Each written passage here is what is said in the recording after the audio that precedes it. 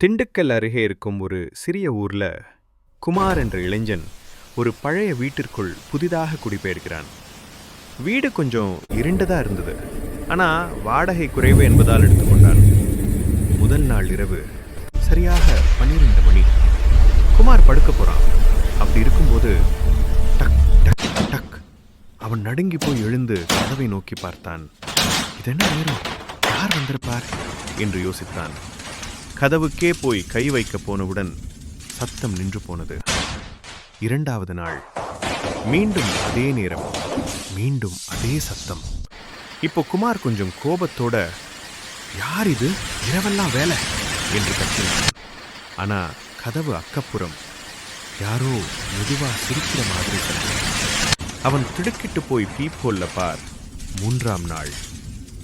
குமார் தன்னால ஆளவே முடியல. அவன் வீட்டில் இருந்த பழைய வாட்ச்மனை அழைக்கிறான். வாட்ச்மன் வீட்டுக்கு பார்த்ததும் அவரோட முகம் வெள்ளை பசையின் மாதிரி வெளுத்து போச்சு.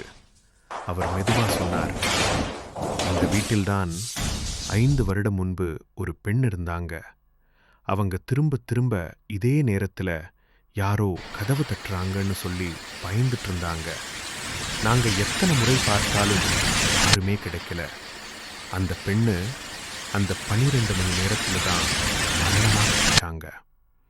அந்த நேரமே மீண்டும் டக் டக் டக். இந்த முறை கொஞ்சம் பலத்தா. வாட்ச்மன் பின் நகர்ந்து குமாரை பார்த்து, கதவை துறக்காத, எதுவாக இருந்தாலும் துறக்காத என்று கதத்தினார். குமார் நடுங்கிக் கொண்டே பீப் ஹோல்ல பார்த்தான். இந்த முறை அங்க யாரும் இல்லை. ஆனா ஒரே ஒரு விஷயம் மட்டும் பார்க்க முடிந்தது. ஒரு பெண்ணின் கண்கள், பெரிதாக சிவந்தபடி நெருங்கி நின்ற கண்கள். அவன் அலறி விழுந்துவிட்டான். காலை வளையும் போது குமார் மெதுவா கண் திறந்தான்.